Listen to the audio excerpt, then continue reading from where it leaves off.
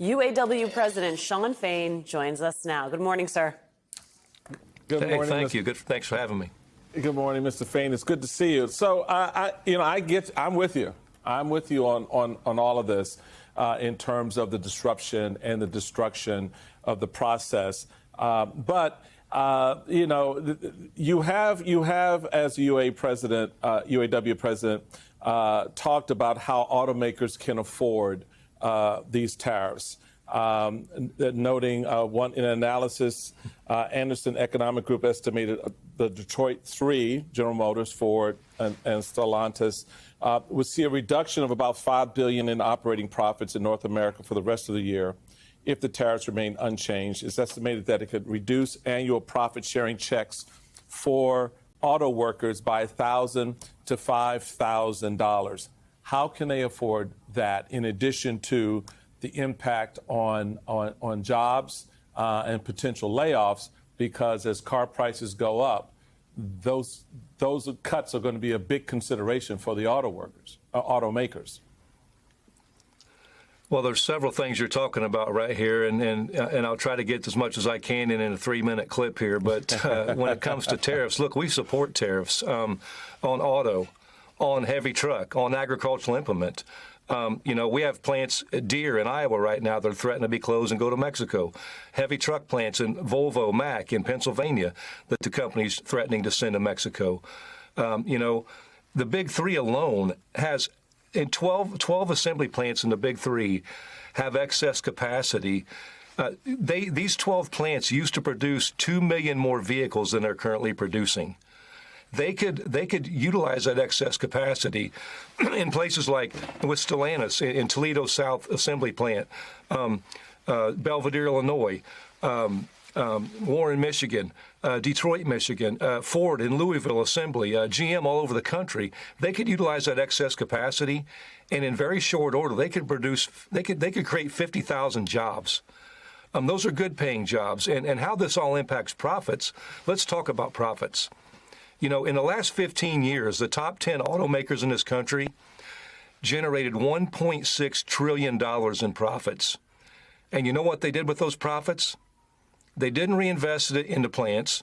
They didn't lower prices for consumers, and they sure as hell didn't invest it in the workers. But what they did do, they spent $367 billion in buybacks and dividends for Wall Street and over $1 billion for CEOs.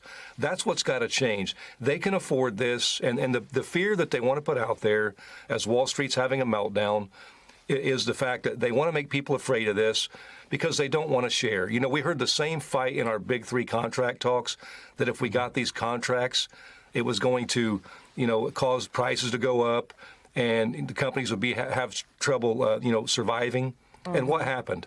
We got great contracts. Guess what? They paid out billions in buybacks and dividends to their shareholders, and they still made profits. But, Mr. President, if I may, I'm with you on what people were saying about the Big Three contracts. I think that was crazy. This is what the companies were saying because they didn't want to pay the people that were doing the work. The prices, literally, the wages hadn't gone up in years. It was crazy. So I'm with you on that. But on these tariffs, if we were talking about targeted tariffs, I think that this would be a different conversation. But, and maybe correct me if I'm wrong, but even for cars that are made in America, even Stellantis, Ford, GM, don't some of the parts from the cars come from elsewhere? Don't things still have to be imported? So these blanket tariffs that are happening all across the board elsewhere, aren't they hurting the auto manufacturers and, by extension, the workers in the plants? Already one plant has closed, and they're gonna find the facts for me in my ear. But I was reading just last week that in anticipation of the tariffs, one of the plants in the South said, you know what, we're just gonna pause. We're not gonna be doing any more expanding because we don't know how this is gonna affect us. So we're not having a real... Donald Trump is not doing what other presidents have done in the past. This is very different. So this is dangerous. And I do think the people that are walking around talking about like the sky is falling, Chicken Little, they are probably right this time, no? No, I don't believe they are. No, look, here's the problem. we're talking about tariffs on everything under the sun right now. Now that, we've been very clear. We do believe, and we know, when it comes to auto, when it comes to heavy truck and agricultural implement, we know that tariffs will influence these companies to do the right thing and reinvest in this country and reinvest in factories in this country. It's interesting. Stellantis, as Trump was announcing the tariff, announced at the same moment that they were going to lay off 800 people. That didn't change as Trump was making an announcement. To me, it's just trying to bait people. At the end of the day, we believe that Stellantis and these companies will bring work back because of these tariffs. I mean, look what they've done without them. Let's talk about the realities of what, and this is the thing, I've been reading a lot of this lately. Going back, in 1992, I voted for Ross Perot. Mm-hmm. You know why I voted for Ross Perot? For one reason, because he was the only candidate that talked about how devastating NAFTA would be to American jobs and to our manufacturing base. And he talked about that giant sucking sound. I've read this book here in the last week, Save your jobs, save our country. Why NAFTA must be stopped now. What's interesting? Since then, Ross Perot's become a prophet. Since NAFTA was inception in 1993, we've lost 90,000 manufacturing facilities in this country, millions of jobs. And these weren't, low-end jobs. These were jobs that paid decent wages, had good benefits, retirement security. No, I agree with you. They built communities. But here's my thing. But here's the deal. NAFTA was 30 years ago. The situation that we are dealing with right now, and I agree with you. I'm on the side of the folks that said this did the American workers wrong. Absolutely. But right now, we are dealing with a situation where these are blanket tariffs. We are dealing with a situation where manufacturing is not going to come back in 2 weeks. So I am really struggling to understand how UAW has aligned itself with Trump on this. Well, and I think more specifically, Mr. Fain, just real quick on that point, how do tariffs create jobs? So first off, NAFTA is still causing us to lose jobs in this country. That's true. Our broken trade system is still causing us to lose jobs in this country. And no one from either party has been willing to even address the issue for 30 plus years. That's the first thing. And we support tariffs as a tool in the toolbox, not the end-all, be-all. We got to fix the broken trade system. But tariffs are a motivator to make these companies do the right thing. When we're talking auto, I can't speak for, penguins and all this other crazy stuff going on, but I'll speak to what I know. And, when we talk about parts, there's an exclusion for parts sector right now. The reason there's an exclusion is because we've been talking with the administration about how to make these tariffs work, and they've been working with us on that.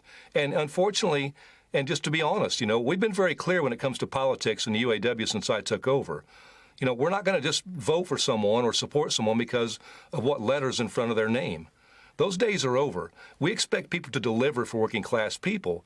And, while we extremely disagree with a lot of the egregious things that this administration is doing, attacks on diversity, equity, inclusion, attacks on federal contracts for workers, attacks on NLRB, on OSHA, where we just had a fatality recently. We need more OSHA regulation, not less. We disagree on all those things, on attacks on free speech, on workers that protest. But where we agree is we agree something has to be done to fix this broken trade system. And we've been working very hard with them to make sure that in auto it's done the right way. And I do believe, like I said, the fear out there now is it takes 3 years to build a factory. We don't need to build factories. We can utilize the excess capacity we have in this country right now and put tens of thousands of people back to work. It's a choice. Sean, help me understand. When you are having these conversations with the administration about what it would look like to do this the right way, as you say, can you give us a sense of the counsel you are offering and the extent to which you feel that has already been absorbed and metabolized into their policy, and the things they have not done that you have recommended that you think would be necessary in order to actually get where you want to go? Well, I can't break down every specific item. We have, we have a great team of people working with the administration, and I'll tell you, one of the things specifically I would tell you is this, is with the parts sector. There was an exclusion in there for parts for this reason, because the supply chain has to keep moving. in order for these companies to do the right thing and shift product back. So, they did listen on that. They're working with us on that. Some things that have to be fixed still. When we talk about, heavy truck industry and agricultural implement, and even when you talk heavy truck, you're talking, half, 3/4 ton and 1 ton, Ram pickup trucks that are made in Mexico right now.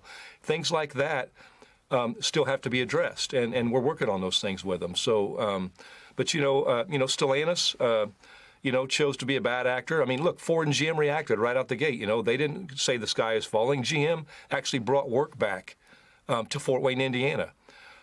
We don't talk about that publicly because it's a good thing. Ford lowered prices on their vehicles. They gave everyone, all the consumers, employee discounts, things like that. So there are things these companies can do, and Ford and GM are getting creative at doing that. Unfortunately, Stellantis, in the interim, chose to do the horrible thing that their previous CEO was doing, which is punish workers. We believe that'll turn around, and we're working with the administration to make that happen. So, we'll see where we end up. But I do believe we're going to see a lot more jobs come back in this country. UAW President Shawn Fain, please come back in a few weeks, few months. We appreciate Shawn Fain. We love him. He's here to do this tete-a-tete. He's like, I know what I'm saying. I like that, Shawn. Thank you very much.